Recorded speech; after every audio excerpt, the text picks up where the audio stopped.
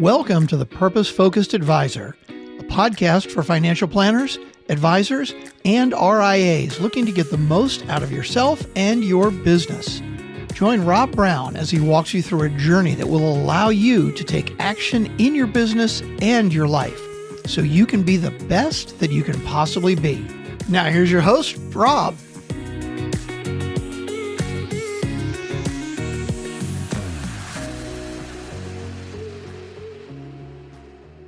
Welcome back. Time once again for the Purpose Focused Advisor. Rob Brown, your host here, and I'm excited today to have with us Jackie Wilke. Jackie is a vice president and advisor consultant with First Trust, or at least that's her formal title.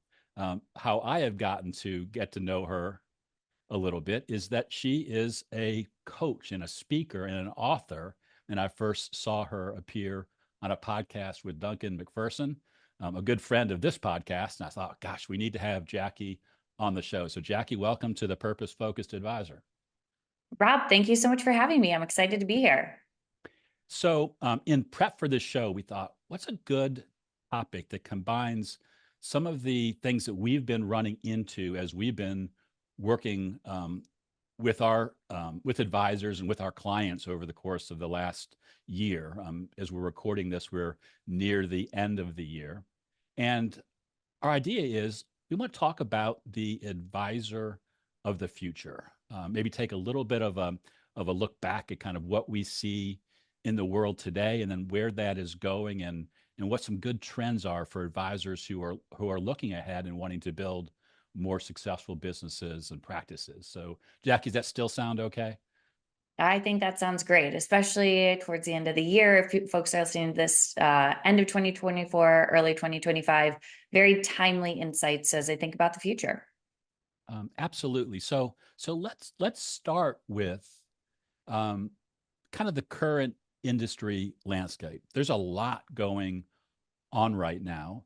I think from a financial markets perspective, there is a lot of wind in the sails, that things are kind of pushing a lot of practices along in a good economic kind of friendly environment.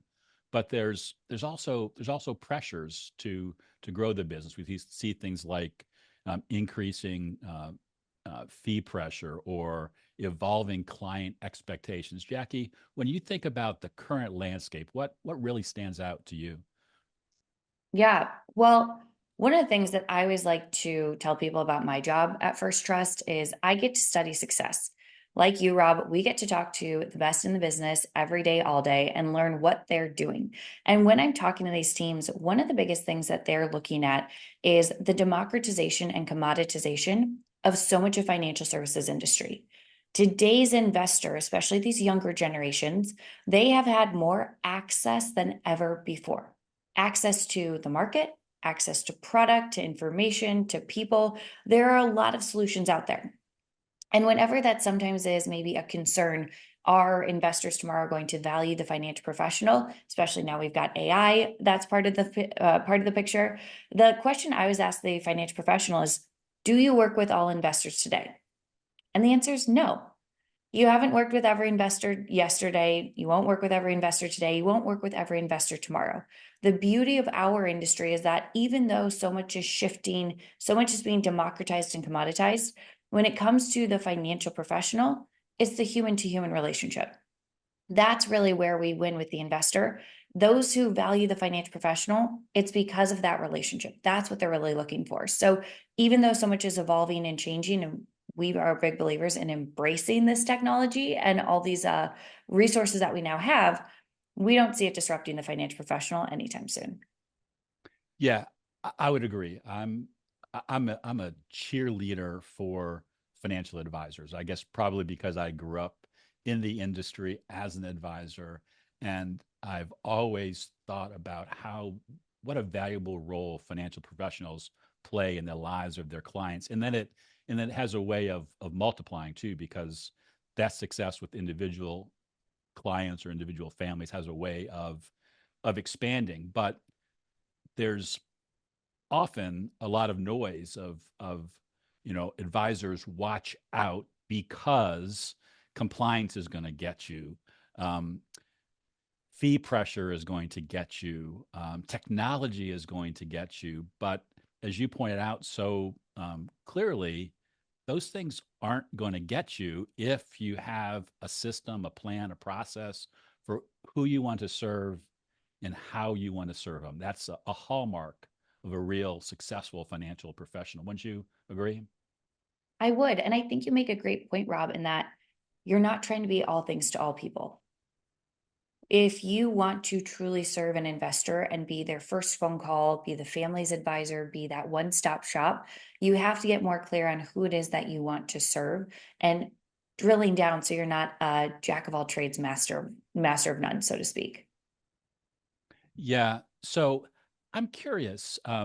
One conversation that I have with advisors all the time is the decision of, in deciding who they want to serve, trying to decide, do I really level up and just focus on a higher net worth client so that I can work with fewer people and give them a higher level of service, maybe a level of service to which I am as an advisor better suited because that's my specialty, that's my niche? Or do I continue to work with all of the clients that I've accumulated over the years? Because as you build a business over 10, 20, 30 years, sometimes you bring clients on board who are not in that same tier.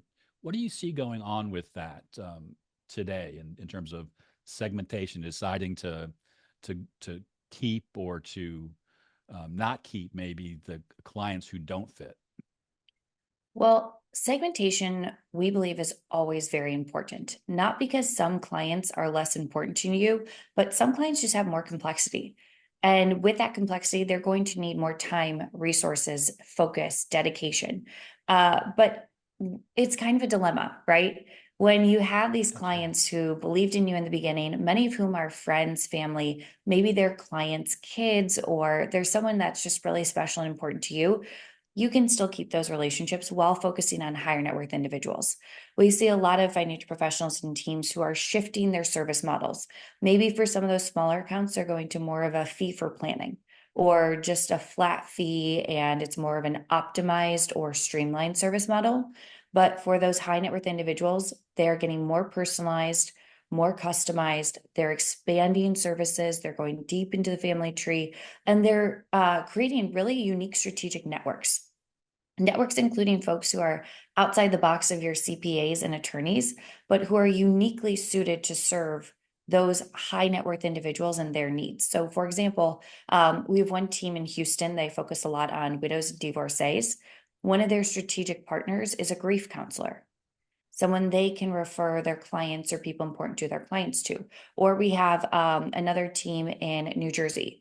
They have a great relationship with a local car dealership. So if anyone in their client's family needs a new car, they can connect them with Anthony, and Anthony will take care of them and give them an incredible client experience.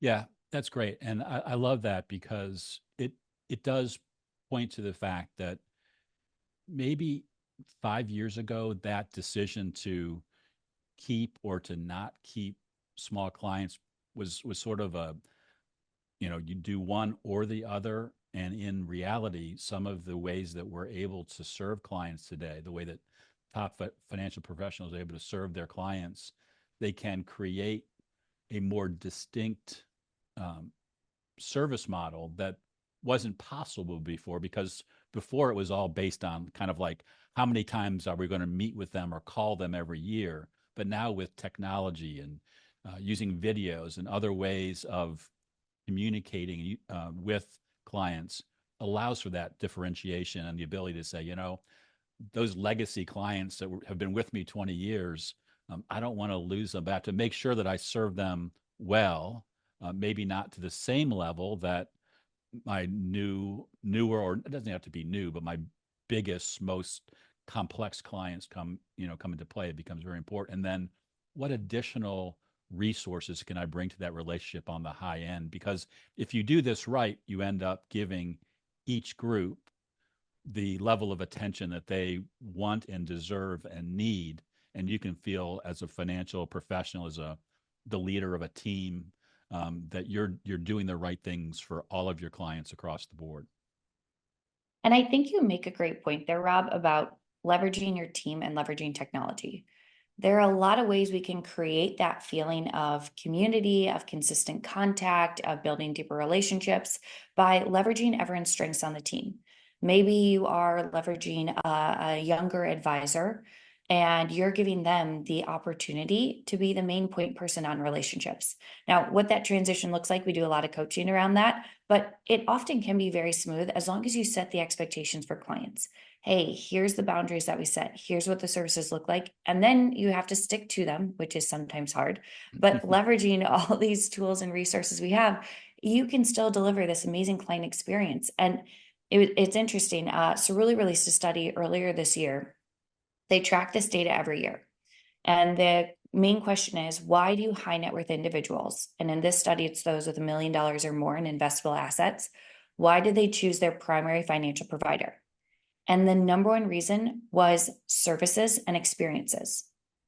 So how do you go beyond managing money? How do you go beyond just the things that I can access on my own? Well, service and the client experience, we think those two things are more important than ever before. And a decreasing reason in that study was actually performance and fees. So I'm sure you've seen this too, Rob. We have a lot of teams that as they've expanded their human capital, as they've expanded their strategic partners, as they've expanded their services and resources, they've increased their fees. And clients and prospects haven't blinked twice because they still know even for that cost, the value I get is 10x. Yeah, that's a great point. I talk with advisors all the time about fee levels and is it possible to increase fees? And I absolutely believe it is for those who are delivering on that experience and keeping the promises that they're making to their clients. But there's a tendency not to do it. And when you go back and you dig deeper and kind of look at the fee levels that many of those advisors are charging that are afraid to increase their fees, they're lower than their stated fees. So they were giving discounts to begin with. And then their stated fees are lower than any normally acceptable level of fees. And so sometimes I think that fee pressure is just the pressure you put on yourself. It's not the pressure that comes from the client, because the client, I don't want to say they don't care about what they're being charged, but they don't care in light of what they're getting, if they really feel that value is being delivered. Yeah, value is in the eye of the beholder. It's why we as humans will spend more money on one experience versus another. We'll spend more money on this vacation instead of another vacation because it's all what's most important to us. And while it might be scary, at the end of the day, financial professionals are still running a business. While being a financial professional is their mission, and we believe it's one of the most noble professions in the world, you're still running a business. You still have to feed your family. You still have to take care of yourself, take care of your team. So even though it might be scary to increase fees, try it.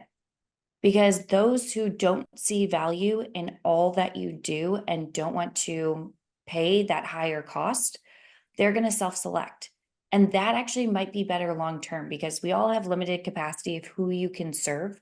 So if you're going to go deeper with these relationships, you usually have to grow down.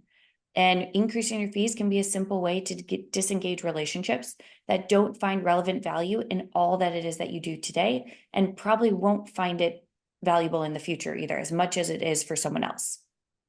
Yeah, the idea of growing down is a fascinating way to think. And it goes back in some ways to the segmentation that we were talking about earlier, because it can be very, very intentional. As you talk to advisors about this idea of really thinking about, I'll isolate on the term growing down, but there's a lot more to it than this. How are you helping them kind of frame the conversation around finding that new client that fits that niche and that model that allows for the growing down? Because it's really a case of when you're doing that, it's less is more. You believe that having fewer clients who are willing to pay you what you deserve because of the value that you're providing, that you can risk losing some clients who may not appreciate that value. But there has to be the other side of that. How do you how do you add client? What are the best practice you're seeing for adding clients that are really fitting that um, that niche, that target market? Yeah. There are a lot of ways to grow. And I was listening to your 100th episode earlier this morning, Rob. And one of the things that you guys talked about was there's no one size fits all way to be successful in this industry. And I fully believe that. Now, ways to grow, you have your inorganic, which is mergers and acquisitions. Great way to grow. But if we talk about more of the organic, where you're very, very selective in who that person is, a great way to grow is by marketing to and through those existing clients. So I want financial professionals, when we're talking about growth, when that person first came to you, that couple, that household, that family, what were their pain points? What were their opportunities? What were their obstacles? What were the words they were using? What was their life phase? What was going on? Why were they so motivated and why did they choose you? Was it because you are an expert in working with business owners, especially those who just sold their business? Is it because you have a family office style service model and that's really what they're looking for their family and generations to come? So first we want to do an analysis. These clients that we want to replicate, why did they come to us? Where did they come from? What was going on? Once we have that information, we can use reputational marketing to grow through them. So, creating content that's highly relevant to those things that were going on. So, for example, we had a team recently. They just onboarded their client's son, who is a young engineer at NVIDIA. This kid's doing A-OK. So the team in Florida, one of the ways they're going to market to and through this existing client to get access to more engineers at NVIDIA is with education. They're going to create a 20-minute webinar on frequently asked questions of NVIDIA's equity compensation structure. They're going to deliver that. They're going to market it on LinkedIn to anyone who's an engineer at NVIDIA, and they're going to send it to that client's son. Hey, any of your colleagues who might be helped by the things that we've been doing with you, we've got this educational webinar. It's confidential. It's complimentary. If anybody wants to talk to us later, we can do a 20-minute Ask Anything session, but that's going to be highly relevant to an engineer at NVIDIA. And what affluent individuals want to know is, can you actually deliver on what you're promising? So by giving away what you know, you're giving 10x before you ever ask for anything in return. So clearly you are the authority for people like me. So they're that much more motivated when they do reach out. They're a much warmer lead than if you just tried to reach out to someone cold. Yeah, that's great. And I think it goes back to that classic question that needs to be part of an elegant referral conversation is, why do you as my client value what I do for you? Because when they can see that value, whether it's the son in this case who received the extra value, even though he may have been the first NVIDIA client that this advisor worked with, there was value there that can be expanded upon. But the parents and then the other clients that are in that parents segment in that advisor's practice also can realize, hey, these are things that Jackie, my advisor, has been doing for me over the years. I really value these. And so when you approach me and say, hey, who do you know that might also value this, and maybe even make suggestions around where they might find those people or run into them because they're in that circle of influence. It has a way of growing, and it doesn't have to be overly complicated. It just needs to be intention. I think my favorite word for 2024 is intention or intentionality, because I think it's so easy to take some of what we do for granted. So whether it's how you price your services and whether or not you increase them, how you grow your team, how you do your relationship marketing, it's all about being intentional about it. this is something that I think is important to the future of my business, and I'm going to be intentional about creating a process or a system for doing that. And I would imagine you see that quite a bit, Jackie, in your work. The advisors who are most intentional putting the ideas to work are the ones that actually see those ideas working in their businesses. Yeah, they're proactive, they're not reactive. They only have so many hours in a day, so they usually say no 10 times more than they say yes, because they know that every no means they get to say yes to something that is going to be more aligned with where they want to go, what their goals are, what their team's working towards, what's most important to their clients, and driving those outcomes. I'd be curious. So when it comes to driving referrals, we're big believers that you should offer resources, be more referable, have this amazing client experience your clients can help but be advocates for. But where I see a lot of teams losing momentum in that referral process is, once clients make that referral, what's the next step for that person they refer? I don't know if you're seeing this, but I'm hearing from so many financial professionals that they are moving away. They are ditching offering a free consultation. They just find that for the investor, that's too vague. I don't know what that means. Free consultation. What are we going to look at? It kind of makes you feel like you're going to a doctor's office. So I'm seeing a lot of teams move towards more simple, tangible offers. So the three that we see teams use the most, depending on who that referral is either a 20-minute ask anything session, a 30-minute second opinion session, or a free financial plan consultation. I'm curious, are you hearing that or seeing that with the folks that you're talking to? Yes, that's absolutely the case. I've long been a big believer that offering a free consultation is just not the right way to, at the very least, it's not the right way to say it. Because to get that free consultation, that person that you're just meeting basically has to open up their file cabinet full of information about themselves to a brand new person, and they don't want to dive right in. But if you can find a way to bridge that gap, and I love the three ideas that you shared. Another one that a couple of other ideas that my clients are using are sending personalized videos to those referrals that say, "Hey, Jackie recommended me to you. I love to talk with you," and then explaining what the process normally is for getting to know somebody, with the first conversation just being that, a conversation. Let's get to know each other a little bit before we try to dive in. And then a second I thing, love that. yeah, That is next level. That's awesome. yeah, no, and and the technology makes that so easy. And some people say, well, you've got to have separate software. Most of us have Zoom. Zoom allows you to make clips these days, so you can create, 2-minute videos in 5 minutes. There's a little preparation that you can then send out personally.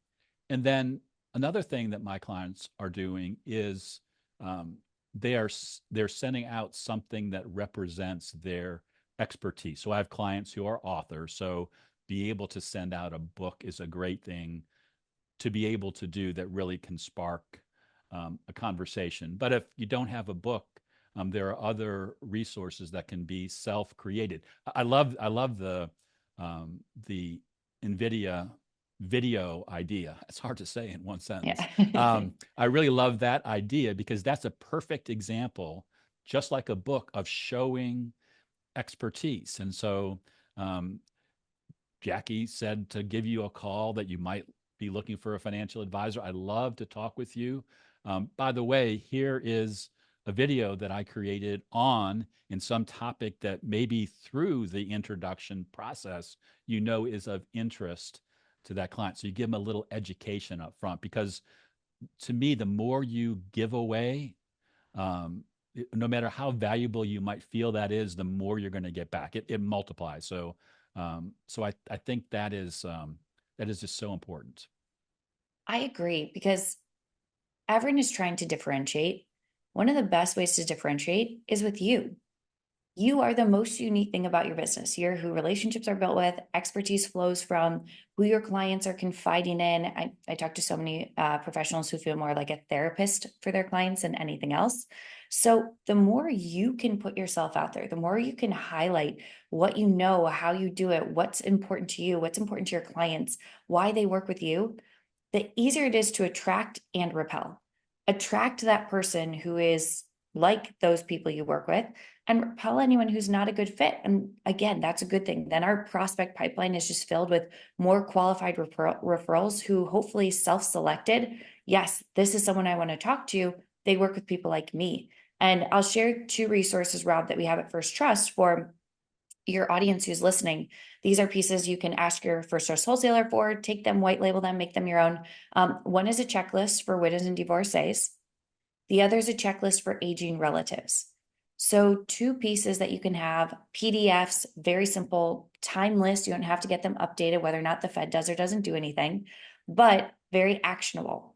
Your clients could share that with their sister, their coworker, their daughter, or your younger clients could share that with their parents who are trying to get their estate in order. So 2 resources that do exactly what we're talking about with this reputational marketing. Yeah, that's awesome. I thank you for mentioning those, and we'll be sure to include that reference in the show notes. So let's switch gears, because one of the things that we were talking about in preparation for this episode is this transition of next generation advisors into the industry and partnering up or matching up with, or maybe even buying practices or buying into practices of older, more experienced advisors. When you see that going on out in the space that you work, what are some of the suggestions that you have for that next generation advisor to approach that, and for how that more senior advisor reacts to that? Or maybe they're being the one that's being proactive, but what's the best way to make that conversation happy? Because it can be so fraught with like the wrong emotion sometime, because the younger next gen advisor wants to get into the business at a level much more quickly than maybe makes sense for a real honest to goodness career track. And then the older advisor wants to hold on. It doesn't want to give too much away too fast. And it creates an unnecessary tension in conversation. Yeah, at the end of the day, we're all human and we're all going to be emotional, whether or not our emotions are misplaced or they're in the right place. One of the biggest things that I would suggest to advisors is check in with yourself first. Why are you having some sort of reaction to what's going on with a transition?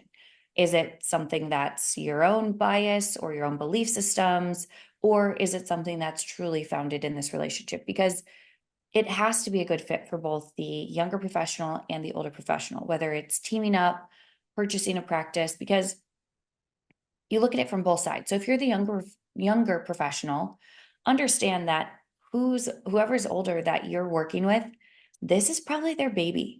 They built this, they might have knocked down doors, they cold called, they built this thing from scratch. So of course they're going to be hesitant about this. They're looking at their succession plan as their last act of client service. So bringing in the right person for them is critical.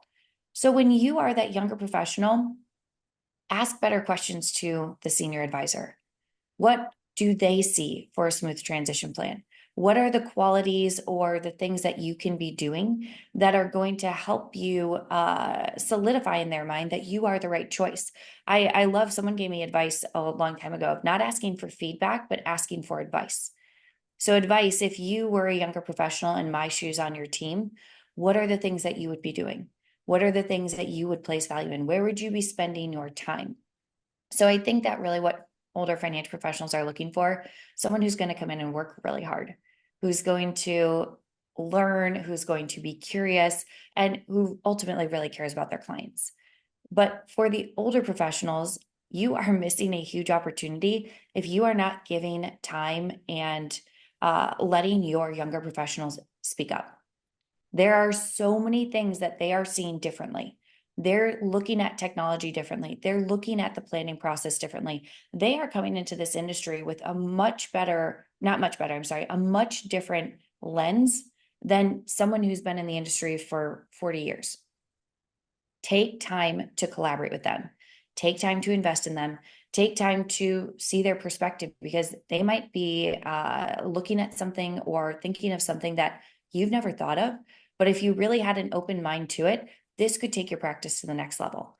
And the other thing that I want more senior financial professionals to be mindful of is the risk of maverick talent. Chris Jeppesen, Duncan McPherson, they talk about this a lot. When you have someone who is quote unquote the maverick talent, high net worth individuals are more likely to leave your practice when you retire, because this whole relationship, you've been telling them, I'm the best, I'm number one, I'm the most senior person. These other people, they're JV. No affluent individual wants to work with the JV squad. So bringing in those younger professionals and elevating them as specialists, as relationship managers. Never call them a junior advisor. Never. Junior should not be in the vocabulary at all. Elevating them, bringing them into relationships, starting to step away. That's how you're going to ensure that these clients are going to stay around and invest in the next generation of your practice as well. That was a long-winded answer, but Rob, I'd love to hear your take on that. Yeah, no, I love that. And three things jumped out to me. Number one, asking for advice. And I think that goes both ways. You suggested it in the junior, or I can't say that. The younger next gen advisor asking the more senior advisor for advice on how to approach that. But I think it can go the other way too, because you've got to have understanding of perspective. And those advisors who, to your second point, are able to see each other's perspectives through their lenses. I love that idea of understanding that we don't all have the same prescription in our glasses, that we have different lenses, and that's a good thing. That allows the younger advisor to really appreciate what the older advisor has done and built and created, without being critical, because it's easy to be critical because that advisor who's been doing it a long time didn't have some of the tools and the resources that are available today. Yeah. And on the flip side, that younger advisor doesn't have to go out and do some of the, I made 100 cold calls a day to build my business thing either. But to see those lenses is really, really important. And when you talked about the maverick advisor, the thing that I really like there is the idea that when you are bringing new people onto the team, and maybe you use a term like relationship manager, one of the other things that you need to communicate is that just because maybe that point of contact changes, it doesn't mean that more senior person isn't still there and available and part of the process. It evokes team.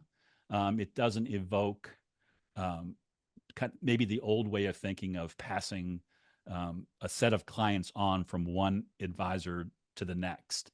It's a creation of team. We as a team are working as you together. I'm the relationship manager. I may be the person that you talk to more than you talk to Jackie now, but Jackie's still there. She's part of the conversation. She's if you want to go out to lunch with Jackie, give her a call. I'm sure she'd still be happy to do that. And it just creates that sense of balance and teamwork that I think a client can really appreciate. Yeah, they're looking for teams. Having a multi-generational team by design to serve multi-generational families, affluent investors are looking for that.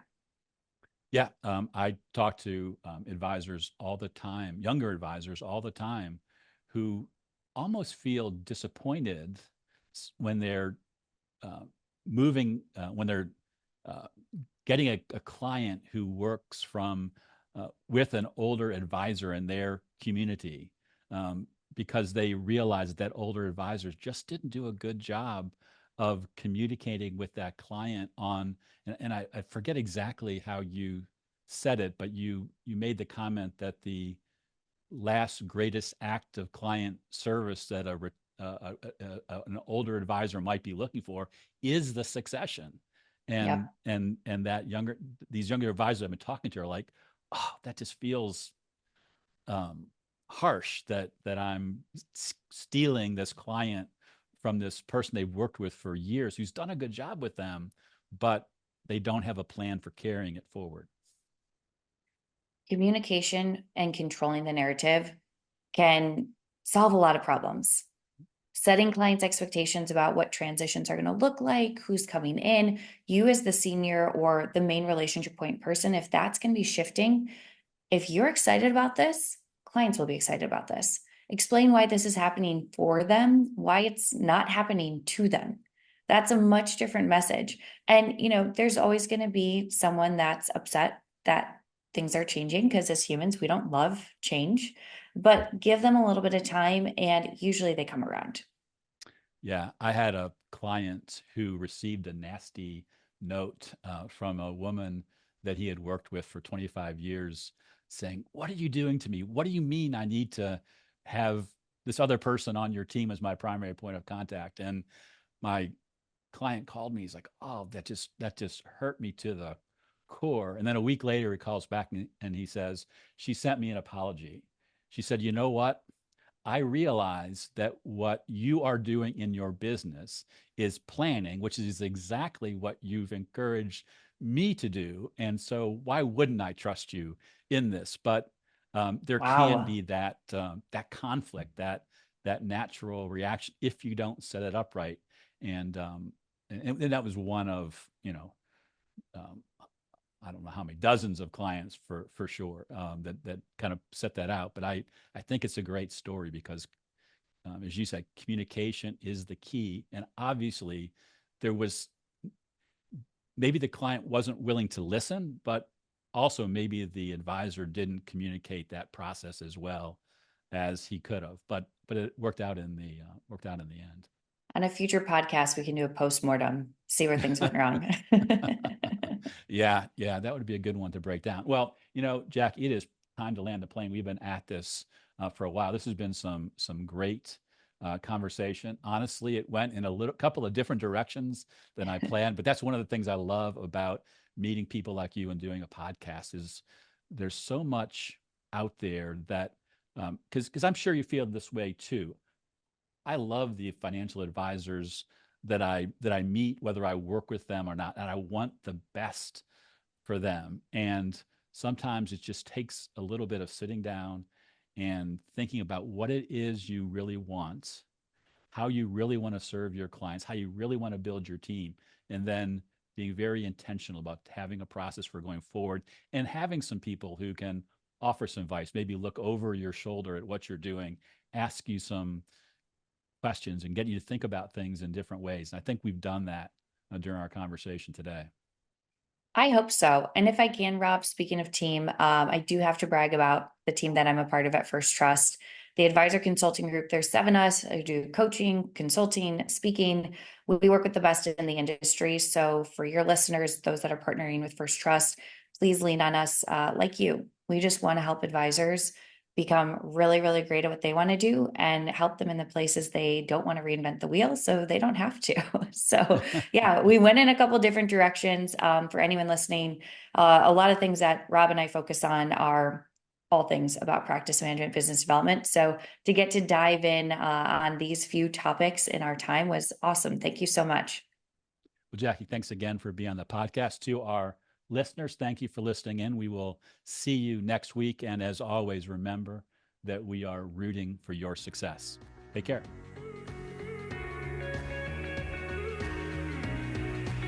Thanks for joining us for this episode of The Purpose Focused Advisor. If you want to learn more, head over to our website, truestfancoaching.com. There you'll learn all about becoming a purpose-focused advisor. You'll also find today's show notes and links to the other gifts and resources we talked about during the episode. Again, thanks for listening, and remember, we're rooting for your success.